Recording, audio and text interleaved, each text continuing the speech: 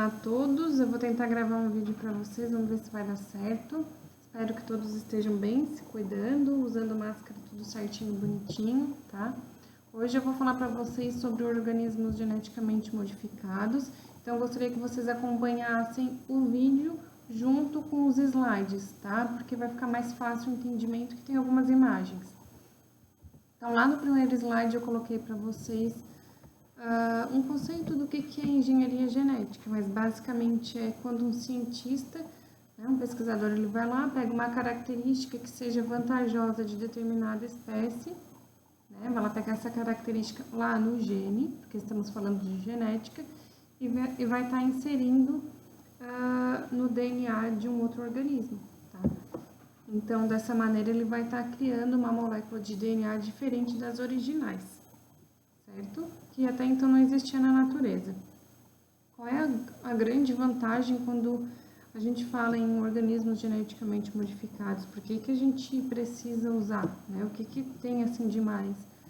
Principalmente é a rapidez e a precisão, tá? Precisão no quê? Na produção de uma substância ou característica desejada. Se a gente fosse esperar a natureza fazer isso, ia demorar muito tempo. E ia demorar, não ia ter em grande quantidade, tá? Eu vou dar um exemplo para vocês que é da insulina. Alguns diabéticos, eles não têm produção de insulina, né, pelo pâncreas, ou não têm a produção que seja essencial para o organismo. Então, foi pego lá no gene, né, foi pego especificamente aquele gene responsável por produzir a insulina, foi introduzido no DNA de uma bactéria. Como a bactéria ela se multiplica muito rápido, tem a produção de insulina numa grande escala para poder estar fornecendo às pessoas diabéticas, tá? É o que acontece.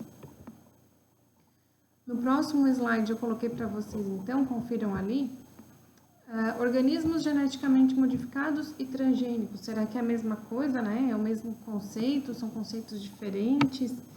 Então, eu botei ali, ó, organismos que tiveram seu material genético modificado por qualquer técnica de engenharia genética, que a gente chama de DNA recombinante, são conhecidos, então, como organismos geneticamente modificados, ou pela sigla OGM, tá? Que vocês provavelmente já escutaram em algum lugar ou leram em algum lugar. O termo transgênico, ele seria, então, algo mais específico, né? Seria uma espécie, então. O termo, ele deve ser usado para um tipo especial de organismo geneticamente modificado, aquele em que o material genético introduzido veio de outra espécie, tá? Então, ele é mais específico. E o exemplo que eu já comentei no slide anterior são as bactérias, a utilização de bactérias, tá? Ali, percebam que eu coloquei uma imagem de um triângulo, tá, amarelinho, com um T maiúsculo em preto. Esse é o símbolo utilizado para os produtos transgênicos. Então, empresas que produzem alimentos que são oriundos de organismos transgênicos, né, por exemplo, a soja, o milho, eles são obrigados por lei a estar inserindo esse símbolo no rótulo da embalagem. Então, provavelmente, se você já prestar atenção, em salgadinho, no litro de azeite, tem esse símbolo ali, tá? No próximo slide, então, vocês podem estar vendo ali, eu coloquei para vocês como é que é feito isso, tá? Botei ali algumas imagens. Então, basicamente, o que acontece? Através de enzimas específicas, corta-se pontos específicos do DNA com características vantajosas ao ser utilizado. Então, que nem o exemplo que eu dei da insulina para vocês. Eles vão lá numa pessoa que produz normalmente a insulina, né? Vão naquele gene específico. Uma enzima vai lá, recorta aquele pedacinho, aquele trecho do DNA que tem a produção da insulina, pega, vai lá e implanta no DNA de uma bactéria, tá?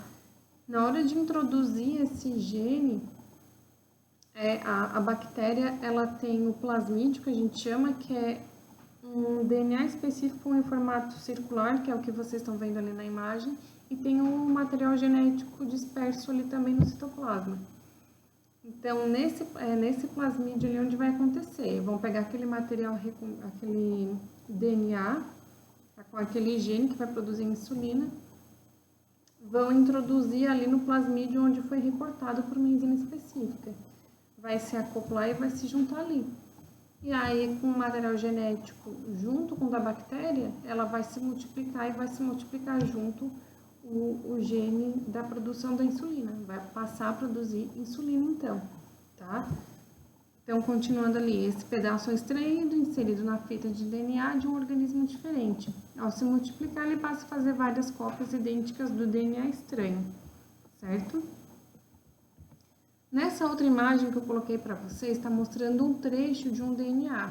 Então, percebam ali, ó, tem uma enzima específica que eu comentei, que é a enzima de restrição, como se fosse uma tesourinha, ela vai lá no gene específico, né? Digamos que aqui naquele pedacinho é a produção é o código da expressão de insulina. Então, vai ali, corta esse pedacinho, vai lá no plasmídio da bactéria e coloca, e ela vai ser implementada, introduzida ali, tá? Existem essa implementação ali do DNA, essa recombinação do DNA acontece, né? Pode acontecer tanto em animais quanto em plantas, tá? Eu coloquei para vocês ali 2 imagens. Na primeira ali das plantas, está mostrando, então, também através de uma bactéria. Então, vamos pensar assim, vamos pegar a soja. Tem determinada soja que tem... Não, vamos fazer o contrário. Tem uma planta que tem uma resistência a inseticida, certo? Então, isso seria muito vantajoso para a soja. A gente produz bastante soja, né? A gente vai lucrar mais se não perder nada. Então, o cientista vai lá naquela planta que tem a resistência, vai lá no material genético dela, vai extrair aquele pedacinho do gene que tem a resistência ao inseticida, vai pegar a molécula de DNA ali da soja e vai estar introduzindo ali essa resistência. Então, as novas plantas, né, essas novas espécies de soja vão vir resistentes ao inseticida. Percebam que isso é bem vantajoso e lucrativo, né? O outro exemplo que eu coloquei ali na imagem para vocês é de um boi transgênico, né? Então, eles certamente pegaram algum animal que tem bastante carne, bastante músculo, pegaram aquele trecho de material genético, né, daquele gene específico, e colocou nesse boi ali para que houvesse maior consumo, tá? E tem muitos outros exemplos, como vocês podem conferir ali no outro slide. Para que são usados? Onde é que a gente usa atualmente os transgênicos, né? Será que a gente usa algum alimento? Será que a gente usa algum remédio que vem através de organismos transgênicos? Tá? Tem, que eu já falei para vocês que a insulina é um exemplo, né? Hormônio de crescimento. Então, tem algumas pessoas que não têm a produção em quantidade suficiente no organismo desse hormônio. E aí elas podem ser anãs, né, que a gente chama de nanismo. Tem gente que tem de menos esse hormônio e tem gente que tem de mais, que daí é o gigantismo, né? Pessoas que têm mais de 2 metros. Então, esse hormônio do crescimento, ele é desenvolvido através da recombinação genética, tá? Que mais? Eritropoetina, que estimula a produção de hemácias, diversas vacinas que a gente tem atualmente, cabras que produzem leite no fator coagulante. Então, lembram ali que a gente viu sobre coagulação sanguínea, lá nos tipos sanguíneos, né? A gente falou um pouco disso. E na hemofilia também. Então, o que acontece? Vão pegar o gene em uma pessoa, né, que é o gene responsável pela coagulação sanguínea, vão extrair aquele gene e vão estar colocando lá na glândula mamária da cabra, lá no núcleo, lá no material genético da cabra. Quando ela produzir leite, esse leite dela vai estar saindo também o quê? Esse fator coagulante. Aí os cientistas vão lá nesse leite e extraem de novo esse fator coagulante, tá? Para que haja maior produção. Porque vocês viram na hemofilia que tem pessoas que não produzem esse fator coagulante, né? É uma doença. Cobaias transgênicas propensas a vários tipos de doenças para estudos científicos, enfim, tem uma infinidade de utilização na nossa atualidade, certo? Ali eu coloquei uma outra imagem, por exemplo, acho que é um arroz, que tem ali, não sei o que é, e tem o símbolo do transgênico ali, o triângulo amarelo com o T maiúsculo. Nesse outro slide eu só coloquei para vocês verem que existem diversas técnicas de modificação de plantas, tem várias técnicas de recombinação gênica, tá? E é necessário que exista ética nessa manipulação, tanto que existem vários comitês formados para isso também, tá? E também é importante vocês saberem que se um cientista está estudando isso, né, pegando uma característica vantajosa de um organismo para estar introduzindo em outra, para produzir, sei lá, qualquer coisa, seja vacina, um trigo mais resistente a alguma praga, não é feito de um dia para o outro, e né, são vários anos e tem uma série bastante criteriosa para aprovação, tá? Se eu não me engano, leva 10 anos para poder aprovar e está sendo distribuído para a sociedade isso. E uma coisa bem importante que eu coloquei ali no outro slide para vocês é a importância de vocês estudarem e lerem bastante sobre o assunto, né? Porque vocês vão discutir com alguém, vocês não podem ficar na base do achismo, vocês têm que ter uma informação consistente, né? E que seja através de estudos. Então aqui eu coloquei para vocês um trechinho, o título de um artigo científico que ele fala justamente isso, a falta de informação sobre os organismos geneticamente modificados no Brasil. Lá no último slide de material de apoio eu coloquei o link desse artigo e é bem importante que vocês deem uma olhada nele, tá? Não é muito extenso.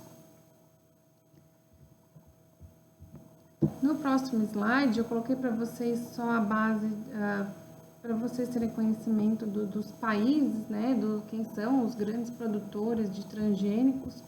Em primeiro lugar fica os Estados Unidos, depois fica o Brasil, em segundo, terceiro a Argentina, tá?